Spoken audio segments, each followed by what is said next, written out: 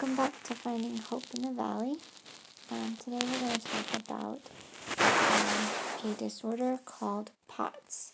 In my last video, I had my microphone down on my blanket a lot, and I did not realize that, and it made a lot of crunchy, not so fun sounds. So we're going to try not to do that this time. So in one of my videos before, I described dysautonomia and what dysautonomia is. And dysautonomia is a dysregulation in the autonomic nervous system. And the autonomic nervous system is basically the engine in your body. It tells everything in your body what to do and when to do it. Digest the food, produce saliva to digest the food. I'm now standing, raise the blood pressure. I see flowers, be happy. I'm being chased by somebody who's dangerous. Panic. You need to panic. You need to be scared. It controls all of the different body temperature. It controls body temperature. It's hot outside. You should feel warm. Well, I feel like I'm freezing my ever-loving buns off. So it controls all of the different systems or engines in your body, specifically the nervous system. So it is called the autonomic nervous system. And dysautonomia is a dysregulation in the autonomic nervous system. And we talked about with dysautonomia underneath it. So dysautonomia is an umbrella. And underneath that umbrella are other disorders or disabilities that come about from having a dysregulation in your autonomic nervous system. One of my umbrella disorders is called POTS, and we spell it in all capital letters, POTS, POTS. It stands for postural orthostatic hypotension. And also underneath the umbrella of dysautonomia, you can have just orthostatic hypotension. Now, it's very hard for people like us. I am diagnosed with POTS. If you look up the technical definition for POTS, postural orthostatic hypotension, it will say that it is a big increase in blood pressure when standing. When you go from sitting to standing, a big increase in blood pressure. And a lot of times an increase in heart rate or drop in heart rate, depending on which way your body decides to go. Some people can have really high blood pressure and extremely low heart rate, or they can have, extremely high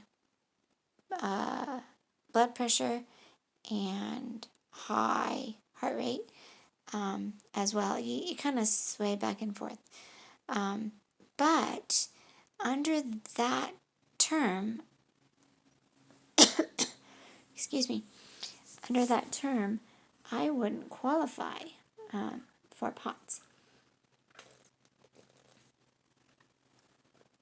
Because when I stand up, my blood pressure drops, and it drops significantly low. And so some would say, okay, well then you have orthostatic hypotension instead of POTS.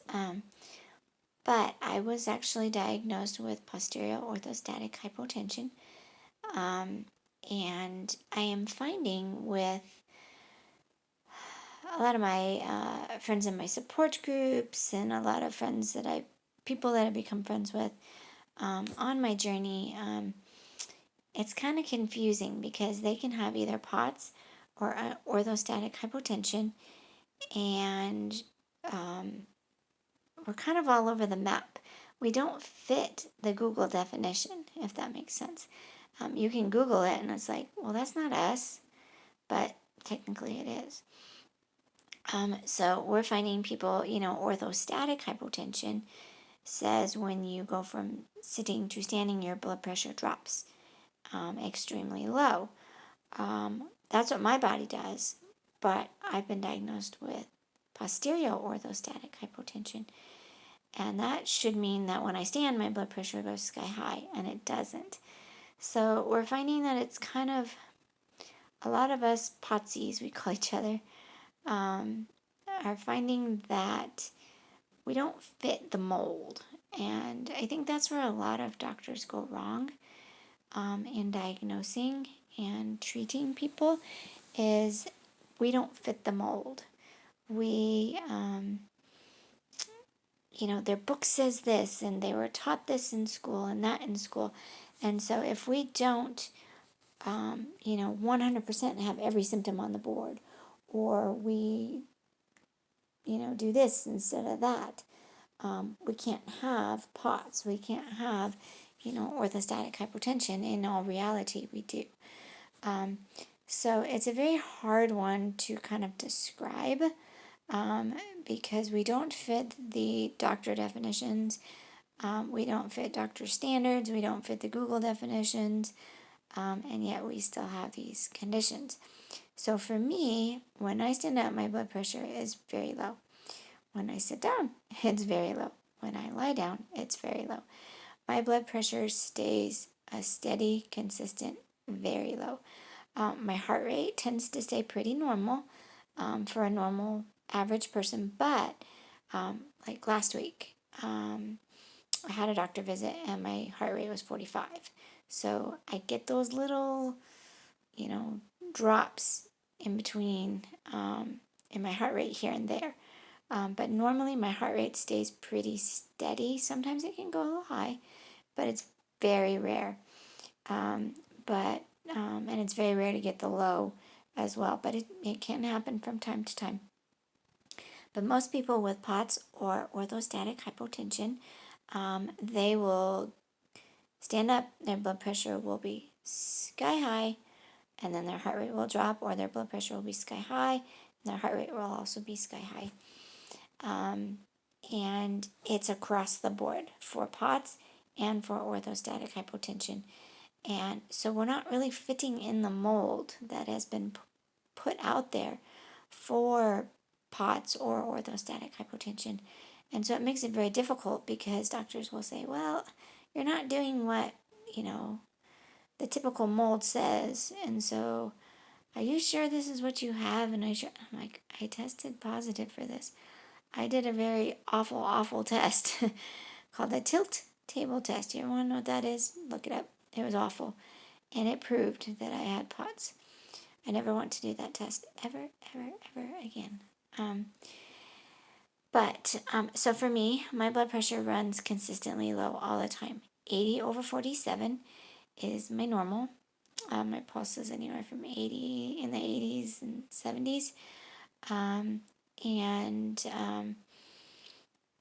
lot of people with POTS will faint with the,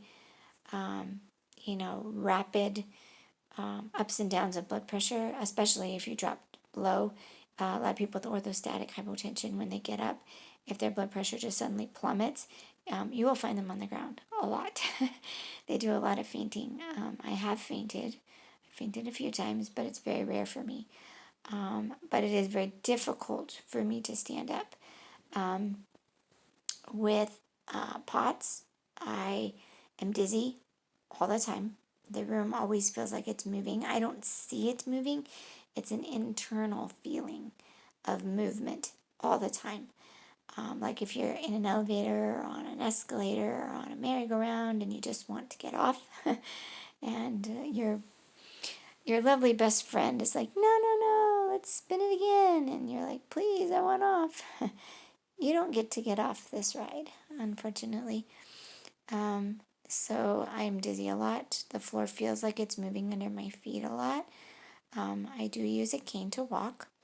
I have to hold on to walls and doors and other things a lot of times when I walk. When I shower, I have to sit down so that I do not faint in the shower. That would be good. Or pass out. So POTS is a dysregulation in the autonomic nervous system, which Of course, a dysregulation in the autonomic nervous system is dysautonomia. And then underneath of that is POTS. And POTS is all about the heart rate and the blood pressure. And it's really hard to kind of describe because, like I said, we don't quite fit the Google definition or the doctor definition. But what it is drastic changes, whether going from sitting or from laying to sitting and sitting to standing.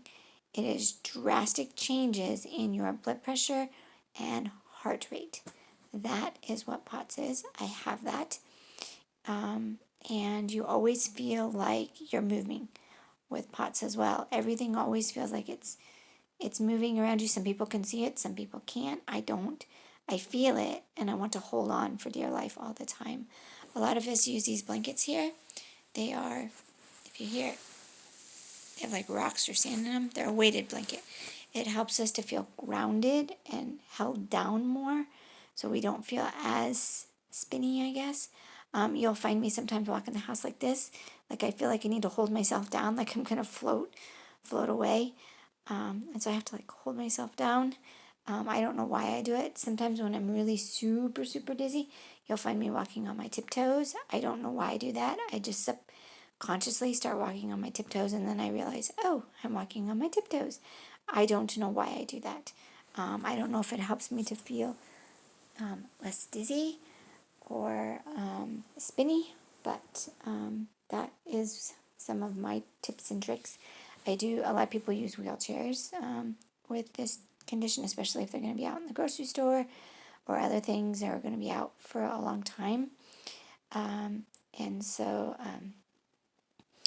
they will use wheelchairs and other types of mobility so they don't faint.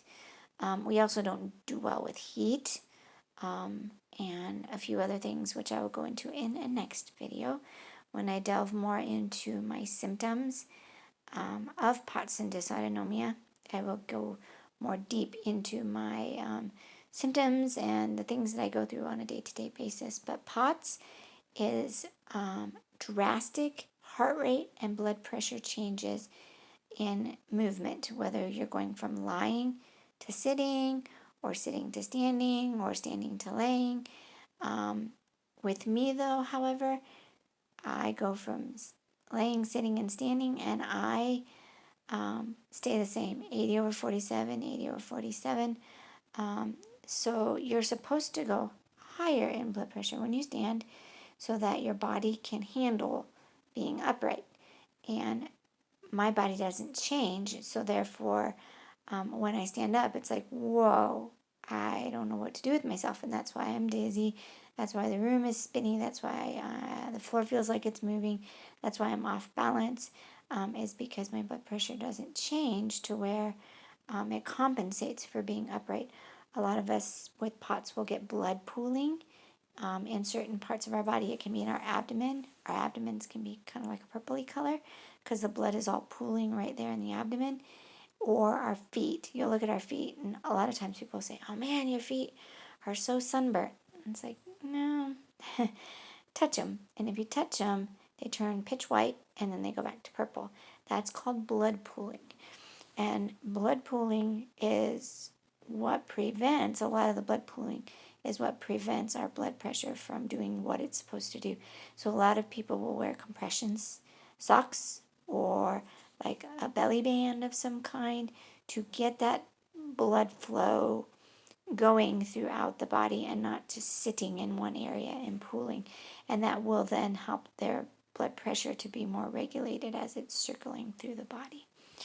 So I hope this video was helpful to you today. If you have any more questions on POTS, feel free to ask down below. I am happy to answer any questions that you have.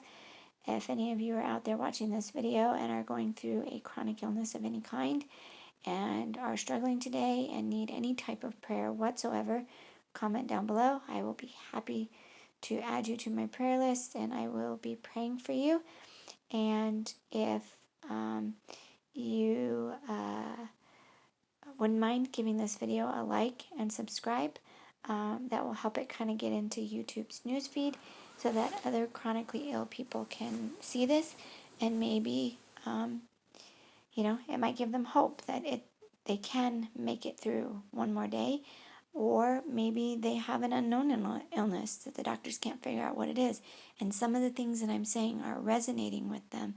And then they can go to their doctor and say, you know what? I heard this gal and she says this, and this is exactly what my body does. Do you think I might have do you think I might have this? And it may be a way that somebody can get diagnosed. I will say there's not a lot of information on POTS, nor a lot of helpful treatments. Thus, the reason I am stuck in this bed. So it is kind of a depressing thing to have. It isn't easy. It isn't fun. But some people do find relief through a couple different medicines. I have tried a couple different medicines and they did not work for me. One actually gave me really traumatic side effects, and the other one just doesn't work, period. So in my next video, I will talk about my symptoms and some of the things I do on a daily basis to kind of help me get through my day. Even a smidgen better than maybe the day before. And again, any prayer requests or questions, comment down below. Like and subscribe so that this will get into the feed so that those that need to see it will see it and know that you are not alone and I am here for you. If you just need to talk, I'm here for you. And I will speak to you again next time. Hopefully you are all doing the best that you can with the circumstances that you've been given. Praying for everyone, and have a good day.